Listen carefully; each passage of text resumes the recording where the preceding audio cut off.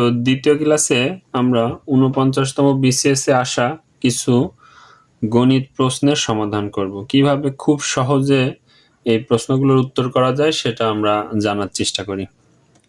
তো একটি ঘনকের সম্পূর্ণ পৃষ্ঠের ক্ষেত্রফল ৪৮ বর্গমিটার। ঘনকটির কর্ণের দৈর্ঘ্য নির্ণয় করো। তো এটা আসলে কিভাবে খুব সহজে করা যায়। তো ঘনকের ক্ষেত্রে এটা হচ্ছে একটা ঘনক। ঘনক কি? যা দৈর্ঘ্য, প্রস্থ এবং উচ্চতা সমান। অর্থাৎ আমরা যে পাজেল ঘুরাই এটা হচ্ছে একটা আয়তকার ঘনবস্তু বা ঘনক। তো ঘনকের সম্পূর্ণ পৃষ্ঠের ক্ষেত্রফলের সূত্র আমরা জানি হচ্ছে 6a²। আর ঘনকের কর্ণের দৈর্ঘ্য হচ্ছে √3a। তো আমাদের দেয়া আছে ঘনকের সম্পূর্ণ পৃষ্ঠের ক্ষেত্রফল ৪৮। আর আমরা জানি ঘনকের সম্পূর্ণ পৃষ্ঠের ক্ষেত্রফলের সূত্র হচ্ছে 6a²। তো ক্ষেত্রফলের সূত্র সমান সমান ক্ষেত্রফল আমরা লিখতে পারি। তো আমরা লিখি 6a² = ৪৮। এখন এই ৬ গুণ আছে, এই পাশে গেলে ভাগ।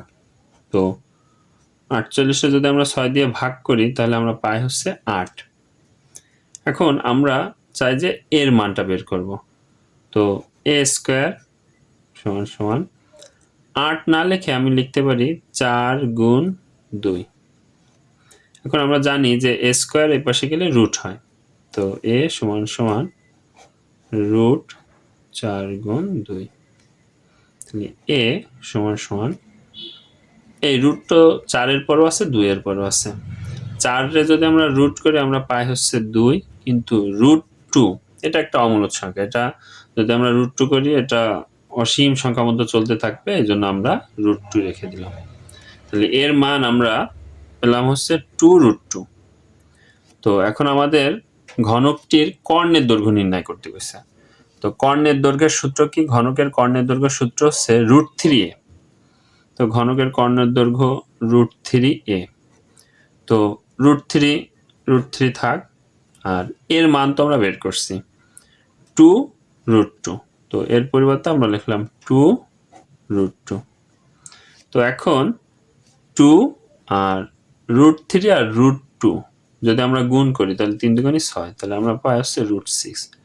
তার মানে ঘনকের কর্ণের দৈর্ঘ্য হবে 2√6। উত্তর হচ্ছে ঘ। আশা করি বুঝতে পারছেন। তো পরবর্তী আরেকটা প্রশ্ন সমাধান করাটা আমরা একটু দেখি যে পরবর্তীতে কি ছিল। এটাও ৪৯তম বিসিএসে আসা একটা প্রশ্ন, লগ থেকে আসা। খুবই সহজ একটা অঙ্ক দিয়েছে, আমরা একটু খেয়াল করি। log x⁴ = -2। তো এখানে চলক x এর মান বের করতে গেছে, ভিত্তি। তো আমরা এটা একটু লিখি log x⁴ = -2। তো এখানে আমার যেহেতু x এর মান বের করতে হবে, লগটা আসলে দরকার নেই। তো লগটাকে উঠানোর নিয়ম হচ্ছে এই যে ভিত্তির উপরে সূচক যেটা বা পাওয়ার যেটা, এই পাওয়ারটাকে আমি ওই পাশে নিয়ে যাব আর ওই পাশে যা আছে সেটা পাওয়ারের বসাবো। এই পরিবর্তন করে লগ উঠে যায়। তাহলে আমি লিখতে পারি x এর পাওয়ার হচ্ছে -2 = 4। আচ্ছা, ঠিক আছে। তো x এর পাওয়ার -2, এই মাইনাসের পরিবর্তে আমরা লিখতে পারি 1/, আর ভিত্তি নিচে আর এই পাওয়ারটা হচ্ছে এখানে, সমান হচ্ছে 4। এখন কোন সংখ্যার নিচে কিছু নেই মানে 1 আছে। তো আমরা যদি আড়াআড়ি গুণ করি তাহলে আমরা পাই x² গুণ হচ্ছে 4, আর 1 এর সাথে 1 যদি গুণ করি 1। তো যেহেতু আমরা x এর মান বের করব, আমরা চাইবো x বাদে অন্য সব ওই পাশে নিয়ে যাওয়ার। তো 4 আছে গুণ, ওই পাশে গেলে হবে ভাগ। তাহলে x² = 1/4। তো আমরা তো x এর মান বের করব, a² ওই পাশে গেলে রুট হয়। আমরা যদি লিখি √1/4, তাহলে 1 যদি রুট করি 1, 4 রে রুট করলে 2। তো কোনো সংখ্যার রুট করলে যেহেতু তার আগে প্লাস মাইনাস দিতে হয়, কিন্তু লগের ভিত্তি বা ঘাত কখনো আসলে মাইনাস সংখ্যা হওয়া সম্ভব নয়, তাহলে সেটা অসংজ্ঞায়িত বা অনির্ণয় হয়ে যায়। এই জন্য এখানে আর প্লাস মাইনাস লাগবে না, এক্স এর মান হবে 1/2 না হাফ। তাহলে এটার উত্তর হচ্ছে ক। আশা করি বুঝতে পারছেন।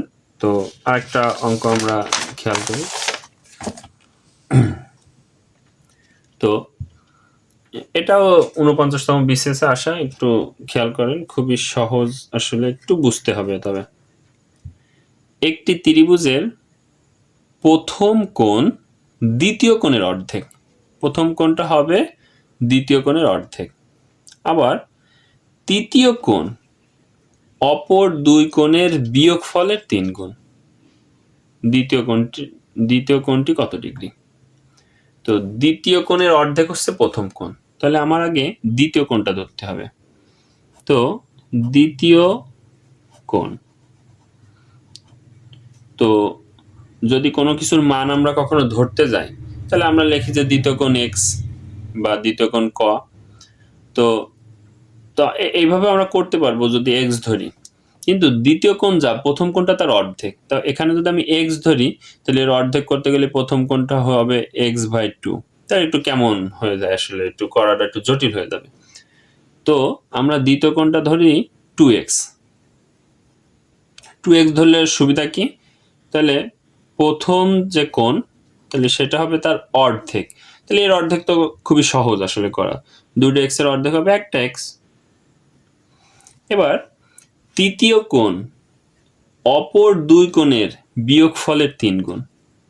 তাহলে তৃতীয় যে কোণটা, সেটা হবে এই দুইটা কোণের বিয়োগফল। আচ্ছা, এই দুটো যদি বিয়োগ করি, তাহলে বড়টা আগে লিখতে হবে, তাহলে 2x - x। এই দুইটা কোণের বিয়োগফলের 3 গুণ, এটা করা মানে তো বিয়োগফল, তার 3 গুণ, অর্থাৎ এর সাথে 3 গুণ। তাহলে আমরা কি পাই? 3, আর 2টা x এর তো একটা চলে গেলে 1টা x, তাহলে 3x। তাহলে দ্বিতীয় কোণটা পেলাম 2x, প্রথম কোণ x, আর তৃতীয় কোণ পেলাম 3x। এখন দ্বিতীয় কোণটি কত ডিগ্রি সেটা বের করতে গেছে।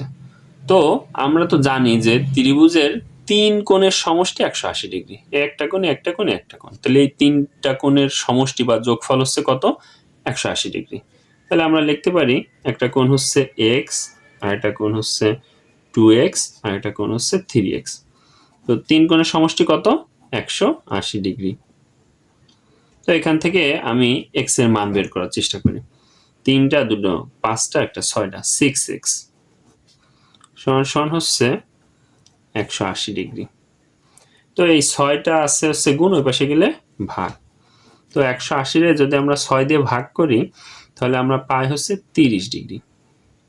তাহলে x এর মান কত? x এর মান হচ্ছে 30 ডিগ্রি। x কিন্তু প্রথম কোণ, কিন্তু আমার বের করতে বলছে দ্বিতীয় কোণটি কত ডিগ্রি। তো দ্বিতীয় কোণটা কি? 2x। তো এখানে যদি 2 আর x এর পরিবর্তে আমি 30 বসাই, তাহলে আমি পাই 30 দুগুণে 60 ডিগ্রি, অর্থাৎ দ্বিতীয় কোণটার মান হবে 60 ডিগ্রি। আচ্ছা, আর একটা সমাধান দেখি আমরা। আসলে খুবই সহজ, আমি মনে করি এই প্রশ্নটা আসলে সবাই মনে হয় উত্তর করতে পারছে। তো এটাকে গণিতের অংশে না বলে মেন্টাল অ্যাবিলিটির অংশ বলা যায়। তো এটা কিভাবে হয় আমরা একটু খেয়াল করি। আচ্ছা, 1 আছে 1, √9 যদি আমরা করি, তাহলে আমরা পাই হচ্ছে 3। এটা তার কিছু করা লাগতেছে না, 5। তাহলে 49কে যদি আমরা রুট করি, তাহলে আমরা পাই 7। এখন একটু খেয়াল করেন, এর পরের সংখ্যাটা কত হবে। প্রথম সংখ্যাটা 1, দ্বিতীয় সংখ্যাটা করার পর আমরা পাচ্ছি 3, তারপর সংখ্যাটা 5, তারপর সংখ্যাটা 7। তাহলে একটু খেয়াল করে দেখেন তো, এই সংখ্যাটিকে তাকালে পরের সংখ্যাটা আসলে কি হতে পারে। এটা আসলে কি সংখ্যা আছে? এটা একটা বেজোড় সংখ্যা। 1, তারপর 3, তারপর 5, তারপর 7। তাহলে তারপর সংখ্যাটা কি হওয়ার কথা? 9। তাহলে উত্তর হবে আছে খ। আশা করি বুঝতে পারছেন। আজ এ পর্যন্তই, ভিডিও অনেক বড় হয়ে যাচ্ছে। পরবর্তী 49তম বিসিএস এর আর অন্যান্য যে অঙ্কগুলো আছে, আমরা ধাপ বাই ধাপ পরবর্তী ক্লাসে সেগুলোর সমাধান দেওয়ার চেষ্টা করব। আমাদের সাথেই থাকবেন। আসসালামু আলাইকুম।